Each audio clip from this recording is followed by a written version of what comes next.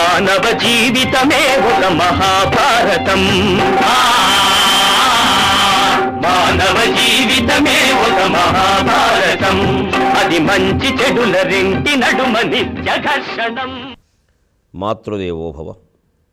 అమ్మయటన్న మాట సుమహారమునందున తావియై మనోజ్ఞం మగు పూలమాలయై చల్లని పుష్పమునై సుమమ్ములందమ్ములు జిమ్ము తోటయై దాగుడు మోతల వెన్న దొంగయై.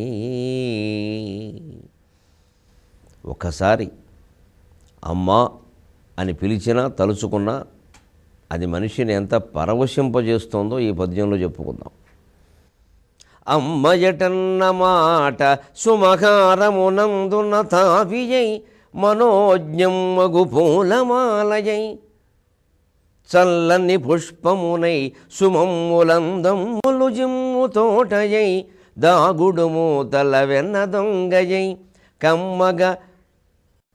కమ్మగ బుద్ధిలో నిలిచి కైతలలో కలకండలద్దెడిన్ కమ్మగ నెమ్మదిన్ నిలిచి కైతలలో కలకండలద్దెడిన్ కమ్మగ నెమ్మదిన్ నిలిచి కైతలలో కలకండలద్దెడిన్. అమ్మా అనేటువంటి పిలుపు ఒక పుష్పమాలలో సుగంధమై తానే పుష్పమాలయై ఆ మాల తయారు కావడానికి మూలమైన పుష్పము తానై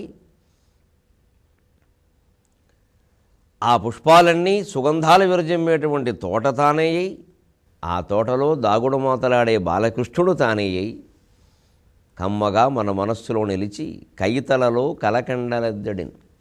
కవిత్వం చెప్పడానికి పూనుకుంటే అమ్మకి నమస్కారం చేసి మొదలు పెడితే ఆ కవిత్వానికి సుగంధం అబ్బుతుంది. కవిత్వానికి కూడా సుగంధం, రుచి, కాంతి మొదలైనవన్నీ ఉంటాయని శ్రీనాథుడు కాశీఖండంలో భీమఖండంలో చెబుతాడు. అటువంటి సుగంధము, కాంతి మొదలైనవి కవిత్వానికి కలగాలి అంటే దైవభక్తి, అందున మాతృదేశభక్తి, మాతృభాషాభక్తి, ముందు మూలమైన మాతృభక్తి మనం కలిగి ఉండాలి. ఇక ఆ పైన కడుపులో పేరుకుపోయిన కక్ష ఏ రకంగా ప్రళయానికి కారణమవుతుందో మనకి తెలియజేస్తూ ఉన్న మహాభారత కథా శ్రవణం కోసం ఎదురు చూస్తూ ఉన్న భక్తి టీవీ ప్రేక్షక మహాశయులందరికీ కవి బ్రహ్మ తిక్కన సోమయాజి రచించిన ఆంధ్ర మహాభారతం ఉద్యోగ పర్వానికి సాగుతున్న సామాజిక వ్యాఖ్యలో 869వ భాగానికి స్వాగతం పలుకుతున్నాం. మానవ జీవితమే ఒక మహాభారతం. అది మంచి చెడుల రెంటి నడుమ నిత్య ఘర్షణం. సాల్వునా భీష్మున్నా ఎవరిని దారిలోకి తీసుకురమ్మంటావు అన్నాడు పరశురాముడు. దైవత్వం పోయి అహంకారం విజృంభిస్తే మాటలు ఎలా ఉంటాయి అంటే ఈయన ఏదనుకుంటే అది అయిపోవలసిందే. ధర్మాధర్మాలతో నిమిత్తం లేదు, వాళ్ళ పరిస్థితులతో కూడా నిమిత్తం లేదు. స్వధర్మాన్ని వదిలి పరధర్మం స్వీకరించిన వాడు ఎవడైనా ఇలాగే ఉంటుంది ప్రవృత్తి, విపరీతం అన్నమాట. సాల్వున్నా భీష్మున్నా ఎవరిని దారిలోకి తీసుకురమ్మంటామంటే సాల్వుడు ఎలాగో పెళ్లి చేసుకోడు, భీష్ముడి సంగతి చూడండి. ఇదేం ఆలోచన అండి? ఈయన చేత సాల్వుడినే ఓ దెబ్బ కొట్టిస్తే లేదా చెప్పిస్తే పెళ్లి చేసుకుంటాడు కదా. మళ్ళీ ఈవిడికి భయం ఏంటంటే అలా దెబ్బ కొట్టి చెప్పిస్తే పెళ్లి చేసుకున్నాక వాడేమి యాతన పెడతాడో, అటువంటిప్పుడు వదిలేసి సుఖంగా ఉండొచ్చు కదా. అలా ఉండలేదు అని ఊరకుండలేనిక అనకుండగా ఉండలేను అని అనకుండా ఉండలేము అని ఊరుకోలేము. మన ప్రవృత్తులు చాలామంది ఇంతే, ఏదో ఒకటి అంటూ ఉంటాం, మళ్ళీ అన్నాక మళ్ళీ ఎందుకు అన్నాం అనుకుంటాం. అలాగని అనకుండా ఉండలేము అని ఊరుకొని ఉండలేము, మనసులో బాధపడుతూ ఉంటాం. అలా ఏదో ఒకటి జీవితాన్ని కెలుక్కోవడం, ప్రశాంతంగా ఉండకపోవడం, పక్కవాళ్ళందరినీ బాధ పెట్టడం. బుద్ధి చెప్పాల్సింది సాల్వుడికా భీష్ముడికా? వీర్యశుల్కంలో నిజానికి ఆ వివాహం స్వయంవరంలో భీష్ముడు తప్పే ఉందండి.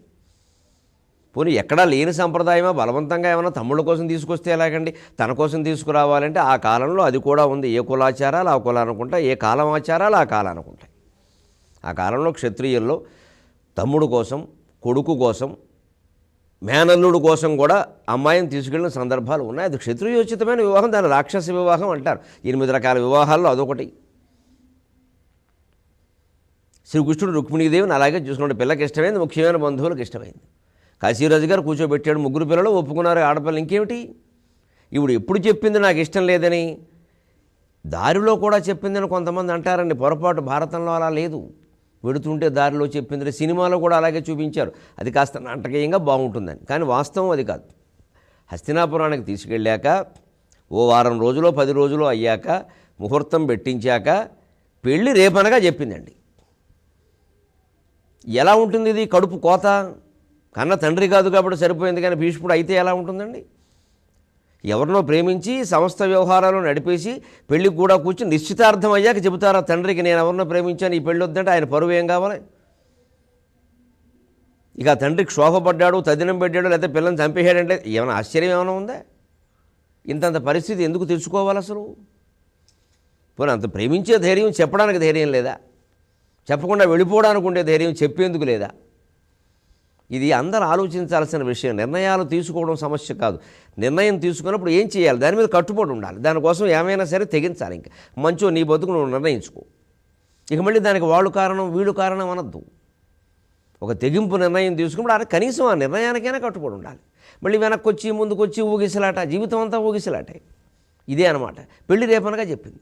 పోనీ ఆయన ఏమైనా తమ్ముళ్ళ కోసం తీసుకురావడం తప్ప అంటే ఇలా జరిగినవి చాలా ఉన్నాయి. శిని అని ఉన్నాడు యాదవ వంశంలో. ఆయన వసుదేవుడు కోసం దేవకీదేవిని తీసుకెళ్ళాడు, శ్రీకృష్ణుడు తల్లిని స్వయంగాను.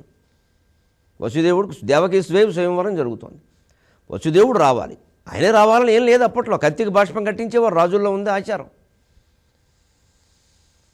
అందుకని వసుదేవుడు తరఫున వచ్చాడు శని. ఆయనకి తండ్రో తాత అవుతాడు. వచ్చి మా వాడి కోసం నేను తీసుకెడుతున్నాను, తీసుకెళ్ళిపోయాడు. అప్పుడు ఎదిరించాడు భూరిశ్రవస్సుని తండ్రి సోమదత్తుడు. ఆ శనితో దెబ్బలాడిన వాళ్ళు ఈ సోమదత్తుడు ఒకడు. అప్పుడు శని సోమదత్తుడిని చితగొట్టి పట్టుకెళ్ళగలిగాడు. సోమదత్తుడు అప్పటి నుంచి కక్ష పెంచుకున్నాడు యాదవ వంశస్థుల మీద. దాంతో తపస్సు చేశాడు, శివుడి దగ్గర వరం పొందాడు. యాదవ్ ఆ శివుని ఏమైనా చేయాలంటే వాడిని ఏం చేయడం నీ వల్ల కాదు, వాడి మనవడిని ఏమైనా చేయగలవులేని ఓ 3 తరాలు గెంటాడు ఈ కక్షని. అగో ఆ మనవడే సాత్యకి. ఆ తర్వాత సోమదత్తుడు సాత్యకిని ఏం చేయలేక సోమదత్తుడు కొడుకైన భూరిశ్రవసుడు జరగబోయే కురుక్షేత్ర మహాసంగ్రామంలో 13వ రోజున సుమారుగా జరిగే యుద్ధంలో భూరిశ్రవసుడికి సాత్యకి మధ్య జరిగే యుద్ధంలో ఈ జన్మాంతరాల కక్ష, తరాల అంతరాల కక్ష ఎంత ప్రభావం చూపించిందో చూద్దాం. అందుకే కడుపులో పేరుకుపోయినటువంటి కక్ష ఎంత ప్రళయాన్ని సృష్టిస్తుందో ఈ భాగాలు మీకు అర్థం చేయిస్తాయి. అలాగే శని అనేవాడు యాదవ వంశంలో వసుదేవుడు కోసం దేవకీదేవిని పట్టుకెళ్ళాడు. ఇలా కొన్ని ఉన్నాయి. ఆ ప్రకారమే భీష్ముడు చేశాడు. దీనికి పరశురాముడు ఇంత గొడవ చేయవలసిన పని లేదు. దీనినే జీవితంలో ఓవర్ యాక్షన్ అతి అంటారు దీన్ని. ఆయన గురువుగా లేకపోతే ఆయనకి ఏదో తండ్రికి అన్యాయం జరిగింది, తల్లికి అన్యాయం జరిగింది, క్షత్రియులను చంపాడు, అది వేరే విషయం. అది అందుకే భగవత్ చైతన్యం అప్పుడు ఆయనలో ఉంది, ఇప్పుడు లేదు. ఆ పని కోసం వచ్చింది ఆ చైతన్యం. యద్యద్ విభూతిమత్సత్వం శ్రీమదూర్జితమేవవా అని భగవద్గీత 10వ అధ్యాయంలో చెప్పినట్టుగా అందుకోసం వచ్చింది. అయిపోయింది, వెళ్ళిపోయింది. ఇప్పుడు మామూలు మనిషి పరశురాముడు, మామూలు జీవుడు, అనేక రకాల అహంకారాలు మమకారాలు ఆయనకుంటాయి. ఆ ప్రకారమే చేస్తున్నాడు. అందుకే ఈ బలవంతంగా ఈ భీష్ముడిని ఒప్పించే ప్రయత్నం, దీని ఫలితాన్ని నేను అనుభవించి తీరతాడు. ఆది విష్ణువునైన అవతారమెత్తించి కర్మఫలము సంగు కర్మభూమి నిన్ను నీ వెరుగుమా నీవే దైవంబని విశ్వమంతకు చాటు వేదభూమి. ఆది విష్ణువునైన అవతారమెత్తించి కర్మఫలము సంగు కర్మభూమి. భారత భూమి ఎవరిని వదిలిపెట్టదు, దేవుడితో సహా. దేవుడు కూడా దేవుళ్ళ ఉండకుండా జీవుళ్ళ వెర్రివేషాలు వేస్తే వెంటనే జీవత్వం అనుభవించాల్సిందే. మమకారాలు పెంచుకున్న, అహంకారాలు పెంచుకున్న దేవుడికి కూడా జీవుళ్ళ శిక్ష తప్పని దేశం ఇది. అబద్ధపడినందుకు బ్రహ్మదేవుడికి గుడి లేకుండా చేసిన దేశం ఇది. సత్యమేవ జయతేని తన పతాకం మీద పెద్ద అక్షరాలతో ముద్రించుకున్న దేశం ఇది. సత్యాన్నే భగవత్ స్వరూపంగా భావించిన గాంధీ మహాత్ముడిని జాతి పితగా భావించి గౌరవిస్తున్న దేశం ఇది. అటువంటి దేశంలో పరశురాముడు లేదు, మామూలు రాముడు లేదు, ట్యాక్సీ రాముడు లేదు, అంతా ఒకటే ఇక్కడ. అందుకే నేను అది పడిపోతుంది. ఆ దైవత్వాన్ని కోల్పోయాడు. అందుకే క్రోధం బాగా పెరిగిపోయింది. కాకపోతే భీష్ముడిని పిలిచాడు. ఆయన సైన్యంతో రాలేదు, ఒంటరిగా వచ్చాడు. సైన్యంతో పని ఉంది, గురువుగారు పిలిచారు. సభక్తికంగా వచ్చాడు. పత్రం పుష్పం ఫలం తోయం. గురువు దగ్గరికి రిక్తహస్తాలతో వెళ్ళకూడదు. అందుకని సంప్రదాయం ప్రకారం భక్తిగా ఏవో పట్టుకొచ్చాడు. ఆయన పాదాలకి నమస్కారం చేశాడు. ఒక ఏకలవ్యుళ్లాగా. ఆనాటి ఏకలవ్యుడికి ద్రోణుడు ఏ శిక్ష విధించాడో ఈనాటి భీష్ముడికి పరశురాముడు అదే శిక్ష ఇంచుమించుగా. ఆయన వేలు కోసినా, ఈయన చేత యుద్ధం చేయించినా ఒకటే శిక్ష. అది శిష్యుడు హృదయం భరించలేదు, తట్టుకోలేదు. భీష్మా ఇలా చేసావుట అన్నాడు. పాపం ఆయన గురుభక్తితో మొత్తం వివరించాడు విషయాన్ని. స్వామి, నేను మామూలుగా చేయలేదు, జరిగింది ఇది. ఏమంటే ఇంటికి తీసుకెళ్ళిన తర్వాత రేపు పెళ్ళనగా చెప్పింది ఆవిడ. అప్పటికీ నేను వృద్ధాంగనల్ని తోడిచ్చి పంపించాను నేను.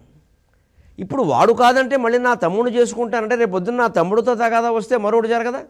ఇప్పుడు ఇటువంటి అమ్మాయినండి మా వంశంలోకి తీసుకొచ్చేది.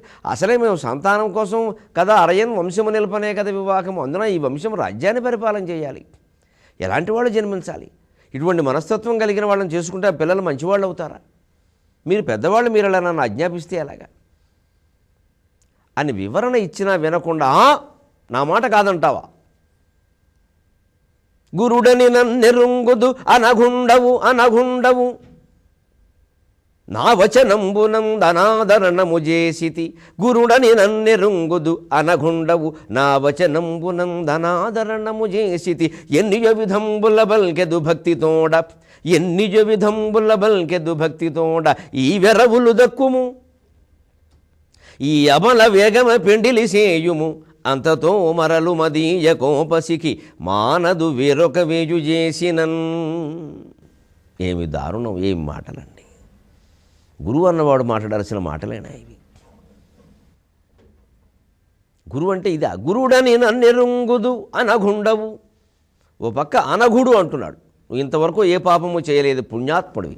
మరి శిష్యుడు అంత పుణ్యాత్ముడైనప్పుడు అన్నీ ఏ పాపము చేయలేదని తనే అంగీకరిస్తున్నాడు. ఇది పాపమో కాదో ఒకసారి ఆలోచించాలి వద్దా? ఆయన చెప్పాడే లేదా? చెబుతుంటే స్పష్టంగా తెలియట్లే, అద్దం చేతులు పెట్టినట్టుగా. అంటే అహంకారం కమ్మేసినప్పుడు మన అద్దాలు వేరుగా ఉంటాయి, ఆ అద్దాలకి మసక్ కమ్మేస్తుంది.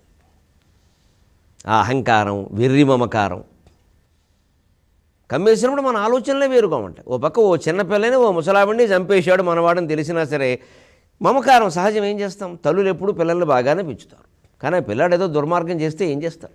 వాళ్ళు అలాగే ఏడుస్తారు. ఇంకా ఏదైనా మా వాడు తప్పు చేయకుండా ఉండే అవకాశం ఉందేమో చూడండి అని అంటారు.